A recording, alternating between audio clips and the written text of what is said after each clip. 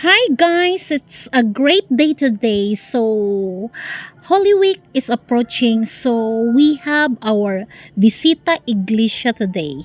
So, we will be visiting 7 churches, old churches in Bohol. So, let's go!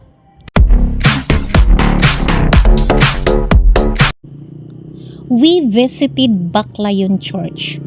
The Church of Our Lady of the Immaculate Conception in Bacolod is considered to be one of the oldest church in the Philippines. It is one of the best preserved Jesuit building churches in the region. Although in the 19th century, the Augustinian recollects added a modern facade and a number of stone buildings that now surround the church. Baclayon is some 6 km east from Tagbilaran City.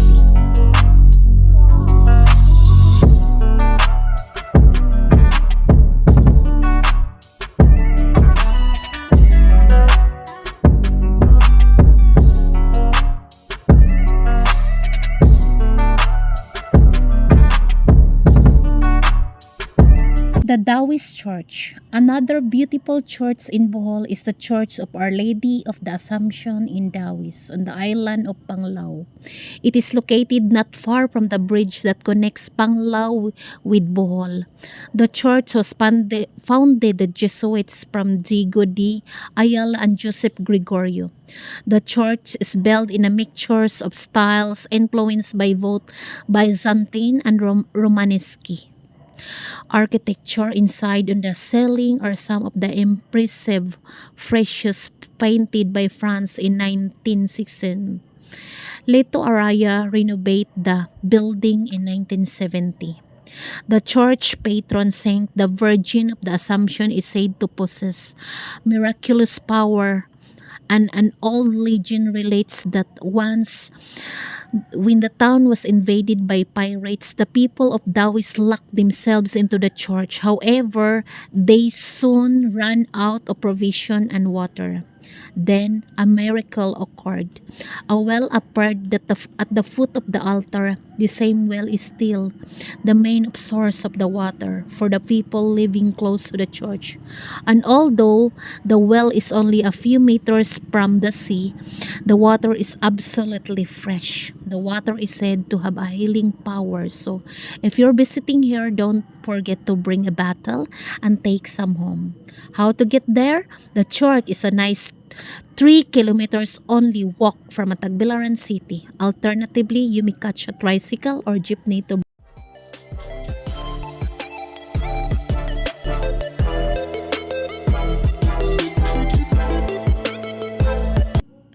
Panglao Church. The St. Augustine Church, also known as Panglao Church, is located in the southwest part of Panglao Island.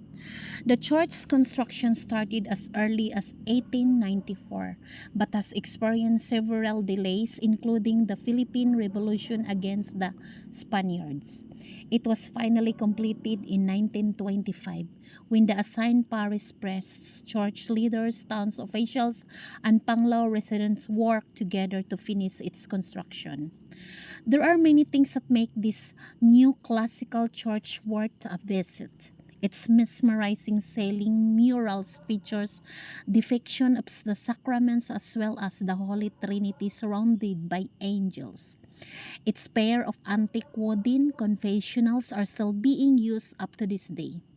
There are also the intricately carved retablos on the altar, including the image of their patron Saint Augustine. Luckily, as we visit the place of a church in Panglao, we witness the Filipino and Indian wedding ceremony. Panglao Church is a very beautiful church in Bohol.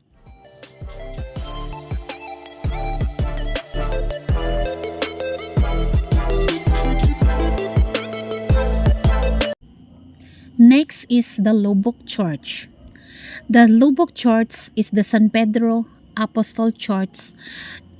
It's located in the municipality of Lubbock, which is why it's more commonly referred to as a Lubbock Church. The church was completed in 1734, making it the second oldest place of worship in Bohol.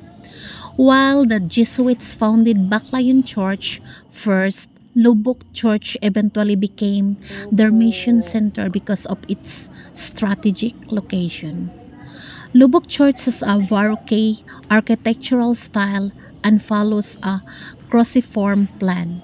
It is also recognized as a national cultural treasure and a national historical landmark of the Philippines. Heavily damaged by the earthquake in 2013, a portion of Lubbock Church has collapsed, but the reconstruction efforts has been made to bring it back to its former glory. So how to get it there? It's by jeep or a bus because it's only 21 kilometers from Tagbilaran City. It's Lubbock Church. Dimio Church. Dimio Church is the San Nicolas de Tolentino Church, or Dimio Church as most people call it. It is believed to have been built during the late 19th century. Surrounding the church is an ermita, Spanish for hermitage, where ruins of an old cemetery and mortuary chapels can be found. Just like the other select churches in Bohol, Dimio Church, together with the ermita ruins inside its complex, was also declared a national cultural treasure by the National Museum. Dimio Church is one of the most well-preserved churches of Bohol. It has the same cruciform structure that most heritage churches in Bohol have. Its facades exudes a classical new Baroque style with twin bell towers on both its sides. The simplicity of its interiors has also been maintained to highlight the church's new classical altars. We're very lucky because we are able to attain the last Mass of the day of Dimio Church. After Dimio, we visited the Albuquerque Church. The Albuquerque Church, the parish, was formally inaugurated in 1869, 8 years after the settlement became a town. The parish was under the jurisdiction of the Augustinian Recollections until 1898, after which the secular clergy took over. Only the 1880s, the parish church appeared like a huge shed with 3 aisles and wells made of tabic. The construction of the convent was begun under Father Thomas Fernandez, 1869 until 1875. The present church structure was built under Mr. Manuel Moro in 1885, utilizing the same 3-aisle plan. Construction was commenced in 1896 by his successor. The upper portion of the walls and the tower over the facade were completed only in the 1920s and 1930s. That's Albuquerque Church. The Valencia Church. Valencia Church is the parish of the Santo Niño, and the town of Valencia began as a barrio panangatan of Dimio Bohol. Conjoined with adjacent barrios, it was constituted a town in 1869 and a parish in 1871, a name after a city on Spain's southern coast. Valencia Church building commenced during the term of Fray Mariano Cornago, 1870-77, and was completed in 1882 by Fray Francisco Araya, who laid the church wooden floor. The church walls were of the tabic but were later replaced by cement. Valencia Church is a cruciform with a steep roof and pyramidal crossing tower. Cut stone is used in parts of the church like the facade. However, concentrate is found elsewhere. The real treasure of the church is its wooden floor of alternating dark, tendalo, or balayong, the light mulabi, or tugas wood planks. That's Valencia Church. Last but not the least, my hometown, Dwyero Church, named after a mighty river that traverses northern Spain and Portugal. Dwyero was created a town in 1862 from barrios of Gindolman and Hagna. It became a parish in 1863 with the advocacy of Santa Filomena. However, it is present patron as the Immaculate Conception. The Recollects administered the parish until 1898, returning in 1902 and finally leaving in 1937. Construction of the church began under the first Recollect pastor Fray Lorenzo Hernandez, 1863 to 1970, who collected wood necessary for construction.